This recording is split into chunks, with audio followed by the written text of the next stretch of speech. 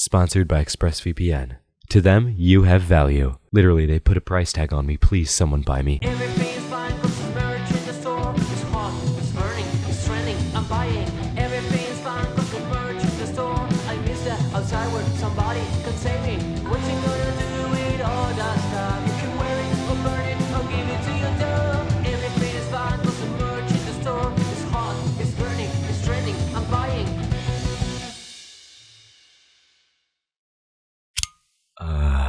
Okay. Everyone makes mistakes. You know that. I know that. Even the omniscient gods that rule Animal Jam know that. There's a god at the top of these stairs. Let me show you. Look. What the f is this? Horizon Zero Dawn. I mean, I'm a commentary channel. I kind of thrive off of people making mistakes. But apologies exist, and they're okay. Sometimes. Sometimes not. But second chances are a thing, right? And third chances. And fifth chances. Sometimes years of chances until a platform decides to take any action, and sometimes they don't at all, but not talking about anyone in particular. But someone who has not been spare of mistakes is CDProjekt Red, a Polish video game developer, publisher, and distributor based in Warsaw, founded in May of 1994, famous for their Witcher series of titles, and most recently, the controversial title Cyberpunk 2077. But I guess they need to add employee security to the list of controversies, because as of today, CDProjekt Red is being held for ransom. So let's get right into it. Welcome back to the channel, new and returning, young and old, fans, haters, and gamers everywhere. If you are new, why not subscribe? It's free, it's easy, just takes a second and you can always undo it, but it really does help out the channel a lot, so thank you. But to understand the frustration that drove this attack, you need some context about the game Cyberpunk itself. Cyberpunk 2077 was supposed to be CDProjekt Red's end-all title. It was supposed to be a masterpiece, a deep and twisting RPG that not only looked but supposedly ran beautifully. So with promises like that, you can guess how things ended up. And if you can't take a guess, then let me put it in perspective for you. Crowbcat came down from whatever sanctum they live in. You get to the top of the Sky Tower in Mystery Dungeon and they're just chilling with Rayquaza. The absolute state of this game forced Crowbcat to make a video on the lies, the promises, and everything in between. It's quite jarring, captures the sentiment of the moment very well. I'll link it in the description, so you should go give it a watch. Guys, some of these bugs are so bad, dude. They look almost intentional. And now, following all of that, CDProjekt Red has a cyber attack to add to the growing list of stressors on their employees. The official tweet reads, "Important update." And I'll be frank, I knew it was serious when I didn't see the cyberpunk yellow background. The statement reads, "Yesterday, we discovered that we have become a victim of a targeted cyber attack, due to which some of our internal systems have been compromised. An unidentified actor gained unauthorized access to our internal network, collected certain data belonging to CDProjekt Capital Group, and left a ransom note, the content of which we released to the public. Although some devices in our network have been encrypted, our backups remain intact. We have already secured our IT infrastructure and begun restoring the data. We will not give in to the demands nor negotiate with the actor, being aware that this may eventually lead to the release of the compromised data. We are taking necessary steps to mitigate the consequences of such a release, in particular by approaching any parties that may be affected due to the breach." So CDProjekt Red won't negotiate with them. I wonder if that's out of integrity for who they are, or out of the fact that they don't want to lose any more money. Hey, just a game theory. It goes on to say, "We are still investigating the incident. However, at this time, we can confirm that, to our best knowledge, the compromised systems did not contain any personal data of our players or users of our services. We have already approached the relevant authorities, including law enforcement and the president of the Personal Data Protection Office, as well as IT forensic specialists, and we will closely cooperate with them in order to fully investigate this incident."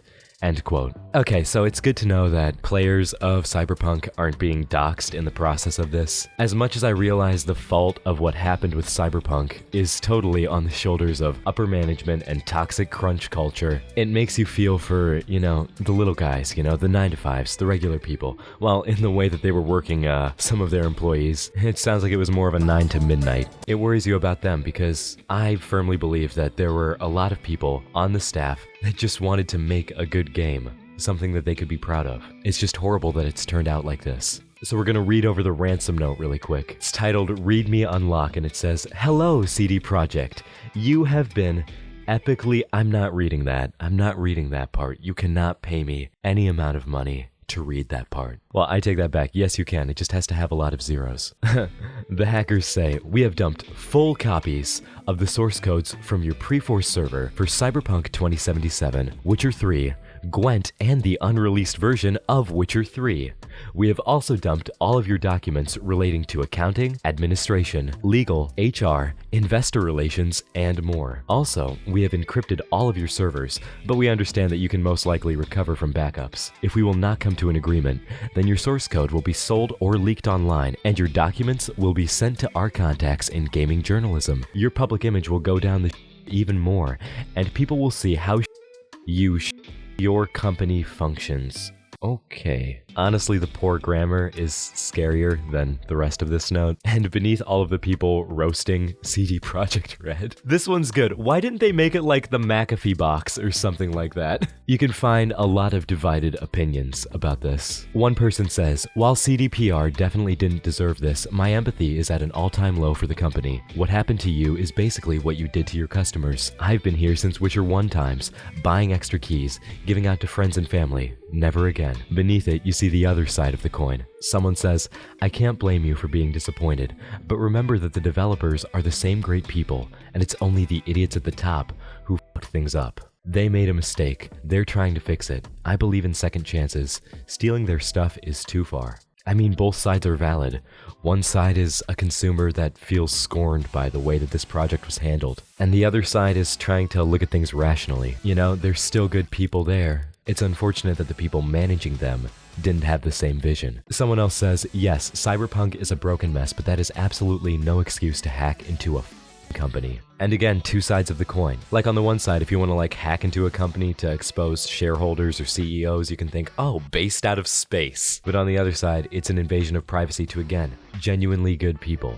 And when you make a blanket attack, it's so hard to distinguish. Someone says, "People who say this is fair or to be expected because of the problems with Cyberpunk 2077 should take a good look in the mirror and ask themselves how fair their lives would be if they got threats, hacked, and things of that nature for each time they mess something up." I think this is another really reasonable way of looking at it. I want to believe in the best in people, but the people who managed this project blatantly lied, hurt a lot of people, and delivered what is basically an unfinished project.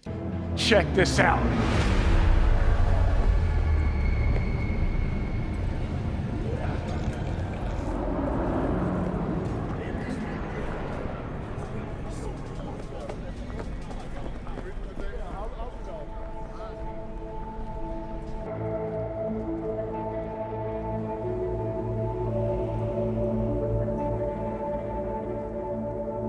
We just really wanted to make sure that those people that live in the Night City, they're real.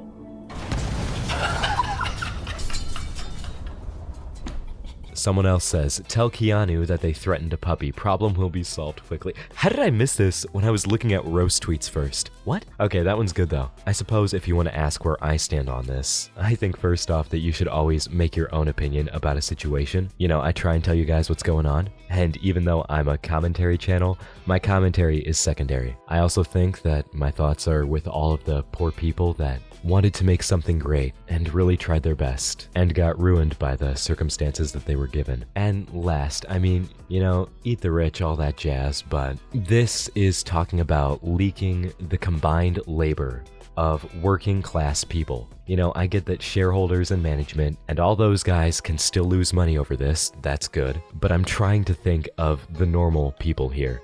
You know, management lost their money when they invested into this and it flopped. And seeing them lose a little more is nice, but by the same token, not when it hurts innocent people who are just trying to do a job, who are just trying to pursue a passion. I'm sorry, but I can't stand for that. But I think I'll leave it here. And I'll also thank you for watching. If you enjoyed, leave a like and subscribe for more coverage. Let me know in the comments what you want to hear about next. And whenever you're watching this, I hope you have a good rest of your day and an even better tomorrow. I love you. And before you say it back, look in the mirror and say it to yourself. I will see you in the next episode of whatever I make. And until then, this has been the Hotbox. Mwah. Bye.